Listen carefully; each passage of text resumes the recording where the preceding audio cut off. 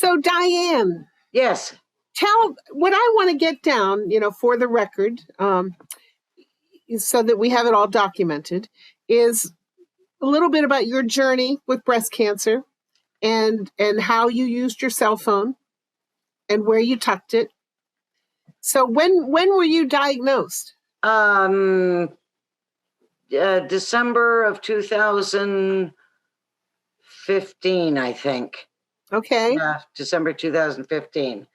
And then I had a lumpectomy early in January in 16, and then I went through 4 series of chemotherapy, and I could tell you what the drugs they used if I went and pulled out my notebook that's about this thick of all the cancer information that I got from various places. And I've always been, as one doctor put it, full-chested. Okay. I don't think he quite knew what other term to use, but anyway. Yeah. So for me, doing like the monthly self-exams, they were really a waste of. They didn't work. They didn't work for me because I have so much breast tissue. And even when I was going in for the ultrasound, the gal that was doing it, she could see exactly where the lump was, and she couldn't feel it either, even though she knew exactly where it was. And of course, it was only, I think it was at the high end of stage 1. So it was still pretty small, but nevertheless, I mean, at the age of, let's see, I would have been 69 at the time, 68 or 69. I didn't have young perky boobs. They were kind of, if I wasn't have my bra on, they'd kind of flap in the breeze. And so they did a, let's see, I think I started out with a mammogram, and then they did the ultrasound, and then they did a biopsy, and then they did the lumpectomy over a course of about 2 months. And then it came back, and I should have gone through and reviewed my notebook again. I could have told you what type of breast cancer I had, and but it all in all, I'm probably one of the luckier women that, as far as my trials and tribulations with chemotherapy, because the only really thing I was tired the first couple sessions, and then of course I lost my hair, and then the only other side effect I really had was just diarrhea from the chemotherapy. I didn't have a lot of the other, after the second round, I think I had a major yard sale after the second round of chemotherapy. Wow.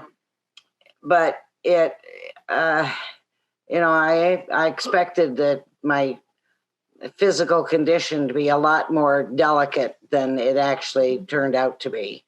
And for that, I'm grateful, but, it still was not fun, but I had an easier time than most women do, I think, from everything I've heard. But right. Getting back to the cell phone thing, a lot of my clothes don't have pockets in them, and so the cell phone is just, pull the shirt away, stick it in the cup, and then the breast tissue would hold it in place, and I didn't have to worry about losing it or leaving it someplace. And it was strange that I developed the breast cancer right below where my phone would have been. And, back then, I've never been much of one to use my cell phone a lot anyway. And so when I go someplace with it, that's where I'd put it, was in my bra. And, I made, as soon as they told me where the cancer was, I made the connection. Oh, that's where I always kept my phone. And so I've since started leaving my phone in my purse. In fact, most of the time it's turned off. I use it for making phone calls when I'm out. Of course, nobody can call me because it's turned off unless I want to use it, or taking pictures. Mm-hmm. And and it stays in my purse now, or once in a while on the table if I'm taking pictures, but it's not on my body anymore. So how many years were you doing that with your cell phone, do you think? Oh, probably not more than 5 years. I did have a cell phone when I was long haul truck driving in the late 90s, and I might have carried it in my bra then. But I remember driving along in Interstate 10 in Texas, and my cell phone kept dropping my call, and I almost threw it out the window on Interstate 10 because it kept dropping my calls. And so I never been addicted to my cell phone. Like I said, it's a tool that I use, and when I'm done with it, I put it away. Mm-hmm. But I'm convinced that carrying my cell phone in my right bra cup is why I developed breast cancer. Do you have any family history? Not a bit of breast cancer. I think my grandmother died of cancer many, many years ago, but we don't know what kind it was. Mm-hmm. She was basically blind most of her life. And when my mother noticed that she was passing blood in the toilet, she said, "Okay, Mom, you got to go with the doctor." And they did surgery, and she died like 4 days later. Oh, my. So and it was long enough ago that this was before I was particularly interested in breast cancer. I mean, Grandma's been dead 20 plus years, maybe even 30 years. So it was a long time ago.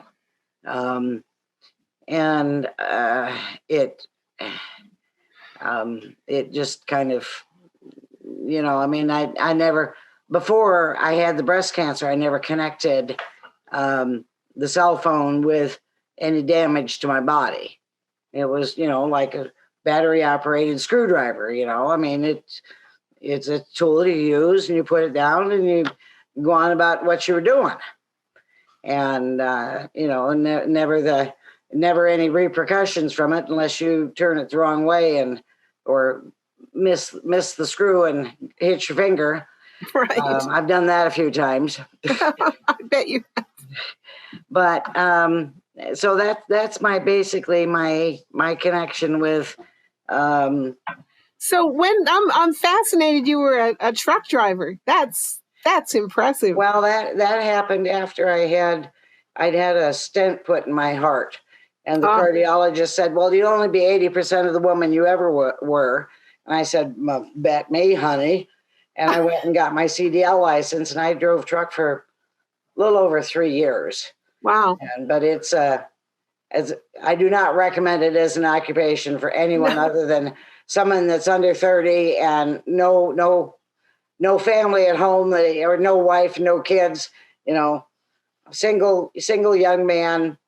Do it for 10, 15 years and then go home and get yourself a job you can be home with a family and sleep in the same bed that's in the same place every night. Yeah, right. And but it did convince me that the cardiologist was wrong. I was more than 80. I was 110% of the woman I was before. So that's great. I do a bit of driving still, and for a long time, obviously, when I didn't understand cell phone and breast cancer, I always kept it tucked in my bra. I felt like that was safer when I was driving, so I wasn't reaching around on the ground when it rang. And so that I thought, I mean, I carried it a lot while I was driving just so I could have it handy. So, but it sounds like you didn't tuck it in your bra while you were driving. No, because I didn't use it that often when I was driving. I had they call it a Qualcomm, which is kind of like an internet service computer service that you can talk to your employer or whoever you need to talk to. Right. It was basically just for employee-employer connection. It wasn't Mhm. like being on the internet. Right. Right. So I used the cell phone for personal calls when I wasn't at a truck stop where I had a landline that I could call. Okay. So do you remember like when the approximately 5 years that you were carrying it in your bra was relative to when you were diagnosed? Well, it probably was the not more than the 5 years before I actually was diagnosed. So it would have Okay. been 2011, 12, somewhere in there. And I didn't carry it in my bra all the time because, like I said, I've never gotten addicted to cell phones. I know my sister; she loves hers. She does everything on it except blow Yep. her nose. You're right. That's right. Yeah, but I've never gotten. I'm addicted to the computer, but not the cell phone. Right. Right. And so it was still intermittent in the 5 years before I had the breast cancer. Right. Right. So So did you ever mention it to your oncologist? Did I think so, but I can't swear that I actually did. All right. Um, Sometimes researchers get well, they talk about when they do brain cancer cell phone research, right? They talk about, they worry about people's memory, about how much they used it and talked on the phone every week. And I think, I think that as far as the amount of time you spend talking on a phone, I think that's a valid concern. My hypothesis is, and tell me what you think, is that we women who tuck our phones in our mom pocket kind of tend to do it on the exact same side, all the time. We don't switch back and forth. We know exactly where we put it and when we put it and how much we put it there. Well, me being left-handed, and I'm very left-handed. I mean, I flunked my first driver's license test. He told me to turn right, and I turned to my right, which happened to be his left. Oh, And so I've always carried my phone on the right side because I reach for it with my left hand. right. And that might be some correlation to women who develop breast cancer on the left side because they're right-handed. Right. And I mean, I don't, I can't say for certain that that's going to be a correlation, but I would think that you probably will find a correlation there. I think so. Yeah.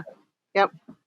We are seeing that. That's why I asked you about it. Women by nature speak more words per day than men do. So we talk a lot more than men do. Sometimes it's not on the phone and sometimes it is. So right. Our exposure level, I think, by gender would be higher than a man's exposure. Even if he kept it in a shirt pocket, I think our exposure would be at a higher level. Yeah. Well, and what we're learning, what we know now, what I didn't know, but I know now, I should say, is that it doesn't even matter how much time you talk on the phone. If it's because the phones are so much smarter today that you're receiving impulses from the towers constantly. When you're being notified of text messages, when the apps in your phone, anytime, your phone is constantly communicating with the towers, no matter whether or not you're talking on the phone or not. And it's that constant pulsating radiation that is, doing the DNA damage. So, I thought, well, it's safe in my bra. I'm not talking on it. And I'm not going to lose it. Yeah, right. Exactly. Yeah. Where else are we going to put it? You put it in your jeans pocket and it goes in the toilet one too many times. You learn that isn't a good idea. Yep. Okay. So All right. So how are you now? Well, I'm going in for my 7-year checkup next month, and I'm done once a year. I'm fine. I have I get a mammogram every other year because radiation is radiation is radiation is radiation, and Right. radiation can cause cancer. That's right. So I every year I get what they call a thermogram, which is um, it registers in color the heat generated by the various areas of your body. And I usually just get it from, from the neck to the just below my breast. But they also do my back too. Oh, wow. And the various colors, white is really hot and black is cold. So and then there's it's read by a I don't know exactly what they call him, but he's a specialist in reading these thermograms. And he compares them from year to year as to if there's any significant changes in the color patterns and that sort of stuff.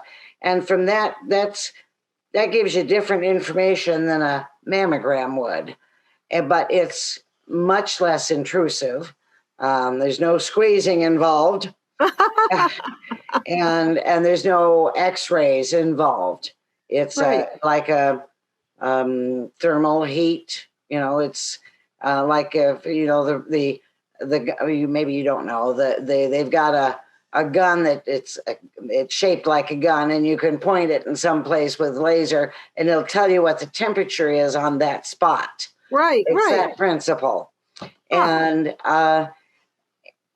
And unfortunately, our insurance companies have not gotten up to speed. And so I pay for it out of my pocket. And it's, $200 to $250 to have it done. And it takes about a half an hour, and it's really easy to do. And like I say, I use that and the biannual mammogram.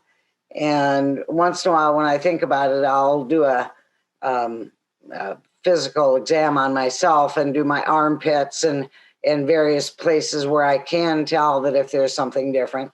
And then my annual exam with the doctor's office.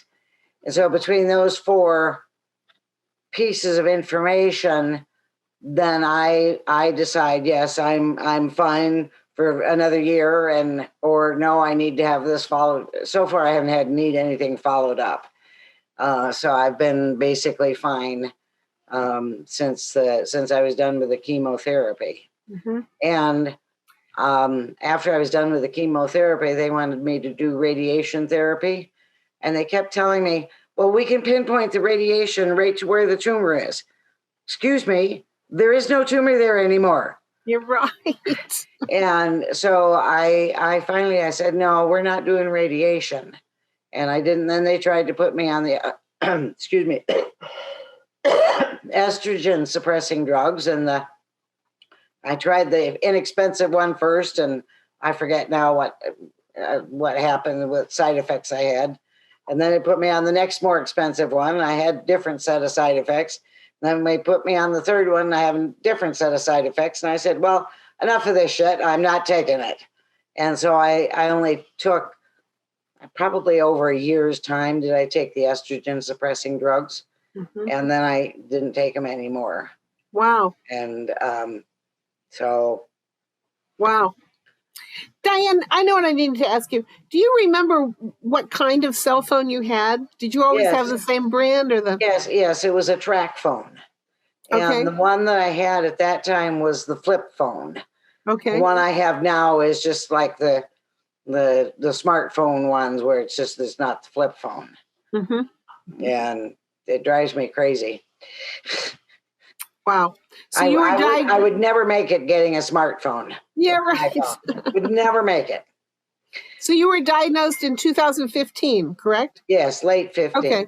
Yeah. So like 2010 to 2015 is when you were Yeah. actively tucking it in your bra. Do you Yeah. think, do you remember like how many hours a day on average you were doing that? 2 or 3 hours a day, maybe 1 or 2 or 3 days a week. So it was not a lot. I didn't carry it on me all the time. In fact, I probably, like I say, maybe 2 or 3 hours a day if I was going to go someplace and leave my purse at home, which I didn't very often do, but the exposure was still pretty minimal compared to, what people do with their cell phones today. Right. They got it close at hand 24/7. And well, that's a good thing. Maybe that's why your tumor was small and treatable. Could be. I don't know the answer to that question. So right. The more powerful the phones get, the more radiation. Well, this one was the older one, I think 2G. Okay. And the one I have now is a 4G. And I will not ever go to a 5G. Right. They really don't work any better than the 4G. Right. So, and they have a lot more risk to them than the 4G. Not that the 4G is risk-free, but so the higher you go with the G's, I guess, the more intense the radiation is going to be. Right. We tell people as, a precaution to put their phones on airplane mode, when they're not actively using them. That helps some. And to keep it at a distance. Yeah. Not next to the body. Even on my home phone, which is a landline, I still find myself using the speaker feature most of the time. Just simply, well, for one thing, leaves both my hands free to do shit. Right. And for another thing, it just keeps it away from my head, because even the landline phones have a certain amount of radiation. Not like cell phones do, but mostly it's just because I don't want to have my hand held up to my ear all the time.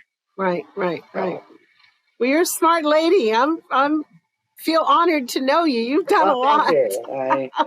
I've always, my mother thought I was the smartest thing since sliced bread, but she was a little bit prejudiced.